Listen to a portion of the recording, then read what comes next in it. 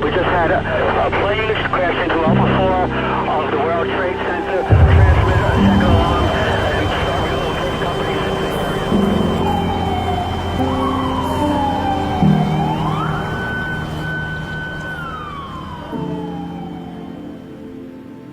Turi, take one comment, Mark.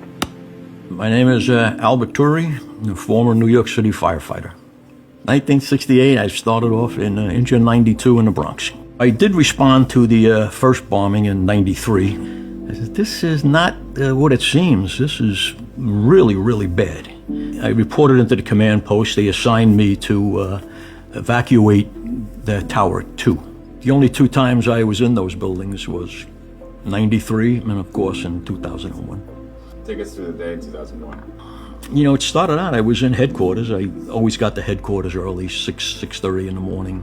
Donald Burns, who was the staff chief, came into the room and said, a plane just hit the World Trade Center.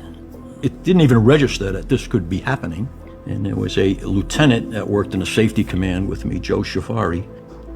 And as I was going over the Brooklyn Bridge, I looked at Joe and I said, Joe, this is not an accident. I could see 100 miles. It was such a clear, perfect day. And we got out of the car. I was putting my fire gear on, and I heard this tremendous, loud roar. And I looked up, and what it was the second aircraft just before it impacted the South Tower. And I'm 1,000 feet away from this, on the ground. I could feel the radiant heat on my face. It was kind of like the perfect storm, where it's not just one thing that happens in a period of time. It's where two or three things, or four things, happen in that one instant in history that make it impossible to deal with. Here we had two of the largest buildings on Earth on fire. With a volume like we've never ever witnessed before, we've never trained for. The next thing is the building systems. The standpipes aren't working, the sprinklers aren't working.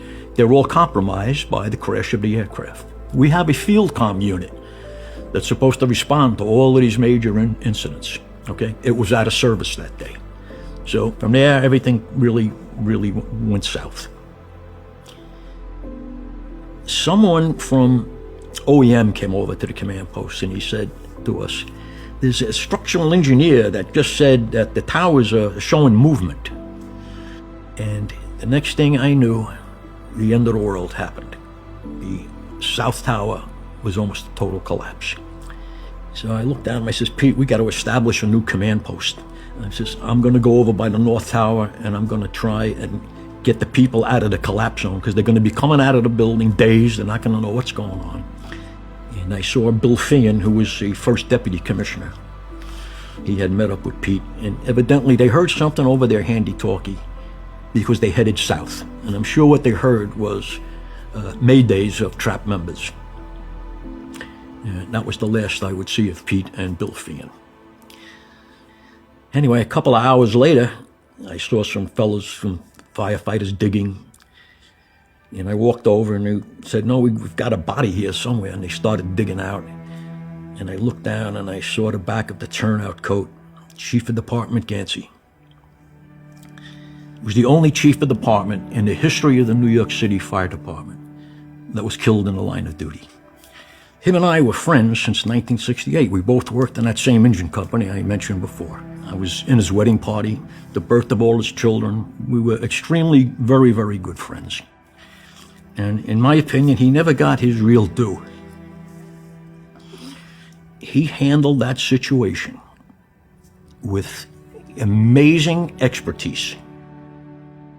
We got a police officer in a squad car.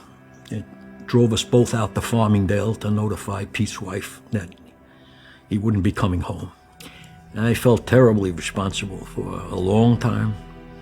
I got over it, but still to this day, you say to yourself, if I would have only done this, if I would have only done this.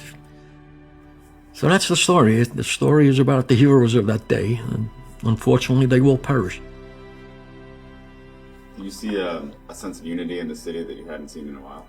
Oh, after 9/11, it was unbelievable. To see the people unite behind the flag.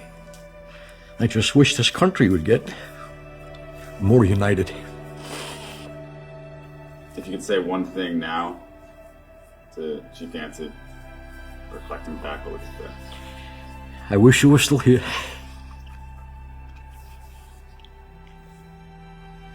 His son Christopher is now a battalion chief. His son Peter is a captain, I believe. His daughter Danielle is married to I believe he's a lieutenant or a captain. So the fire department stayed in that family.